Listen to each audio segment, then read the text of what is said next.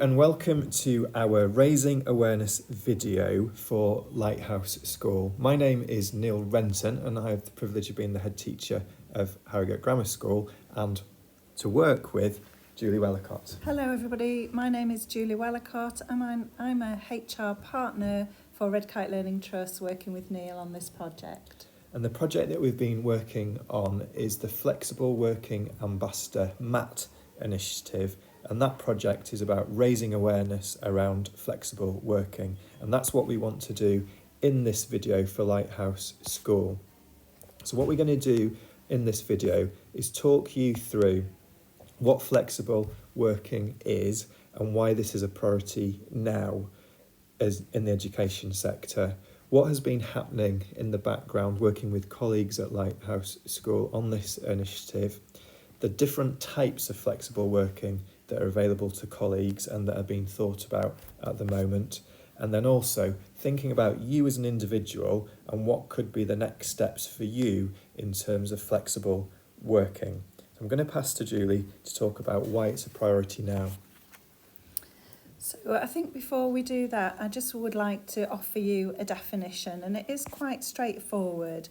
But what is flexible working? So flexible working is where we as employees can vary our work in terms of the amount or the timing or the location of work. And you can see there that that's referenced as a particular definition. And there are lots of ways of flexible working, the types, and we'll go into that a bit further, a bit later on in this video. And just to note there that this, I believe, is quite encouraging. This is focused particularly on a teacher survey, but it shows us that 46% of teachers in this survey are accessing some form of flexible working. So we think that's quite encouraging. Okay, so I'm just going to talk briefly about the wider perspective from the view of a head teacher and also then looking at some of the wider research. So it's really stark that 39,000, nearly 40,000 teachers left teaching for reasons other than retirement in the academic year 22-23. So that amounts to nearly 10% of the workforce.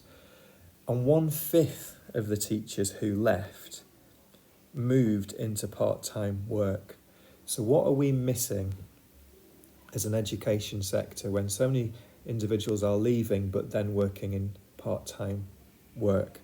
So what are the opportunities that we have in the education in a traditional area of work which is hard to flex? What can we do to now flex in our working lives?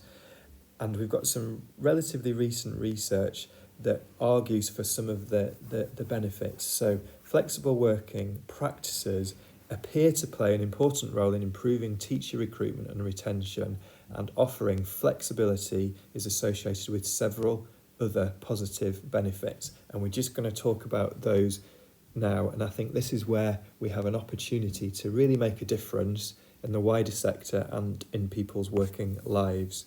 So it contributes, the argument goes, to well-being, job satisfaction, attendance, productivity, motivation, capacity, expertise, diversity, career progression, succession planning, and reducing inequality, the gender pay gap.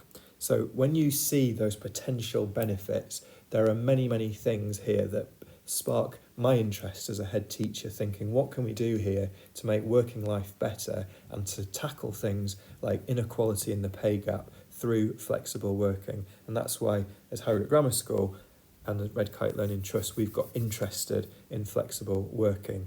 So we're just going to delve a little bit deeper into that now and talk about some of the other benefits of flexible working in a more simpler way really. So what we have seen and what we're seeing across our work as a flexible working ambassador MAT is the opportunity to retain the experienced and the brilliant staff that we have in our schools through this opportunity to flex.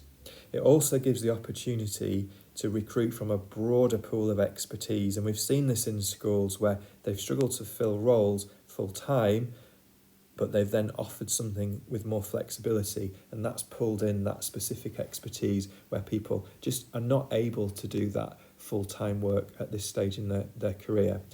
The other types of flex that we'll come to in a moment promote things like well-being, improve work-life balance, increase enjoyment of work, and then, as I say, promote equality and opportunity and diversity for people. So it seems that there are many, many benefits to having a culture where flex is acknowledged, appreciated, supported as an organisation.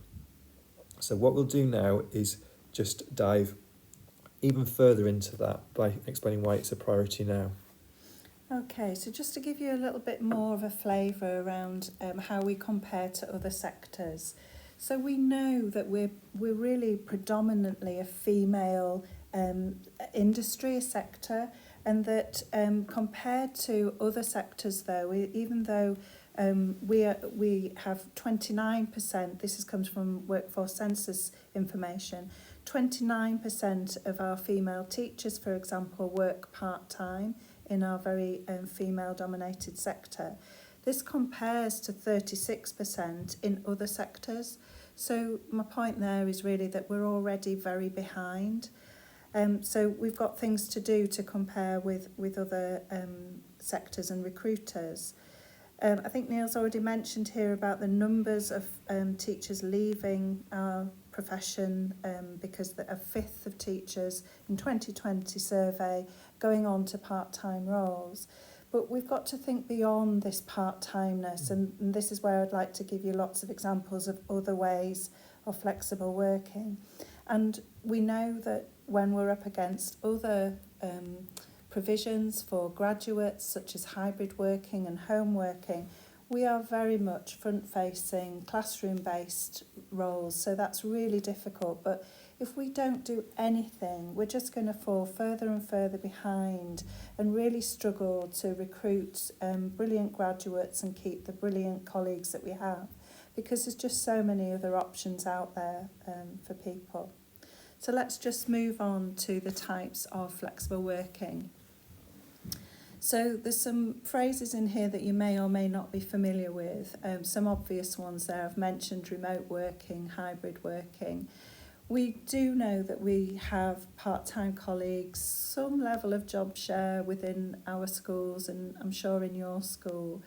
But things like compressed or condensed hours, so that's where you are not part-time, but you have a working pattern that means you have a concentrated amount of time that you are working.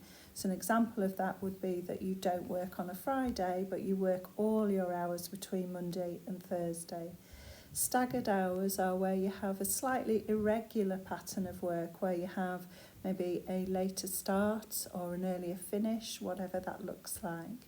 Sabbatical is a good example of quite an extreme form of flexible working, but that's becoming more and more of an opportunity for colleagues in schools.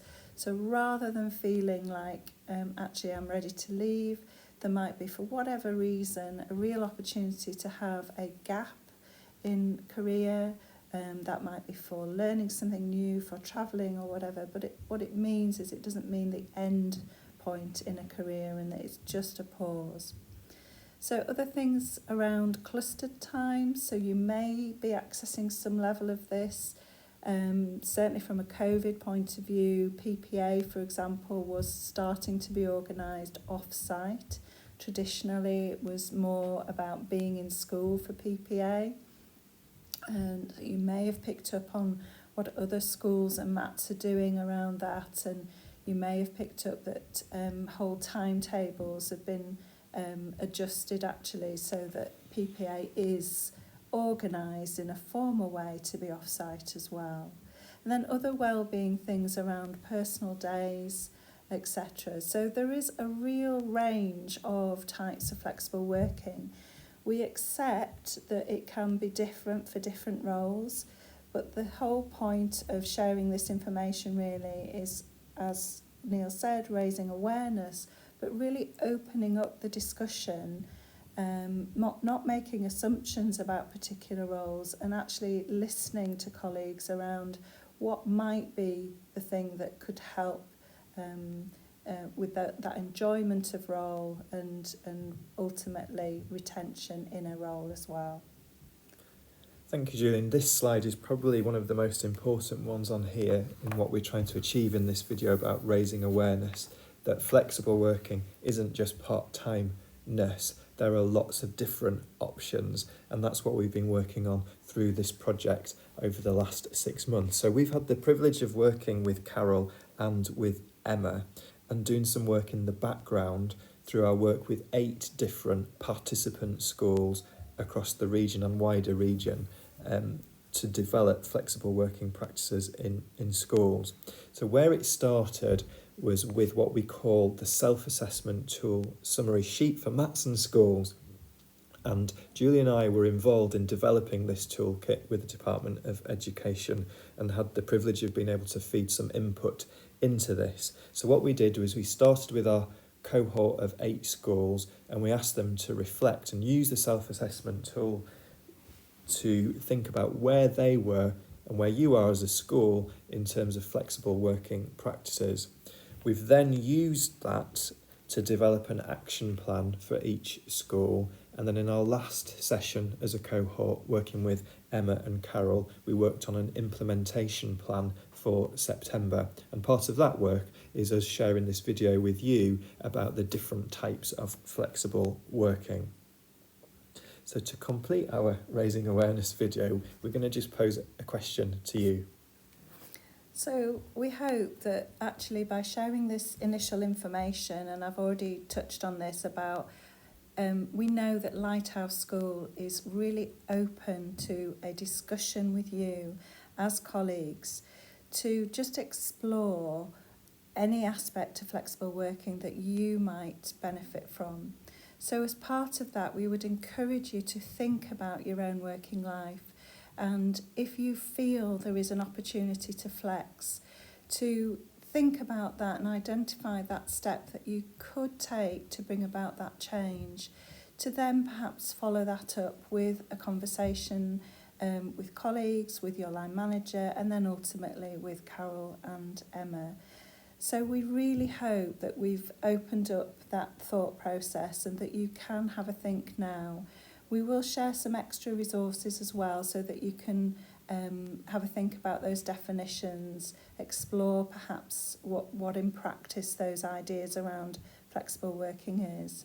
But we hope that that has started that thinking for you. Yeah, we thank you for your attention and we wish you all the best as a school on your flexible working journey.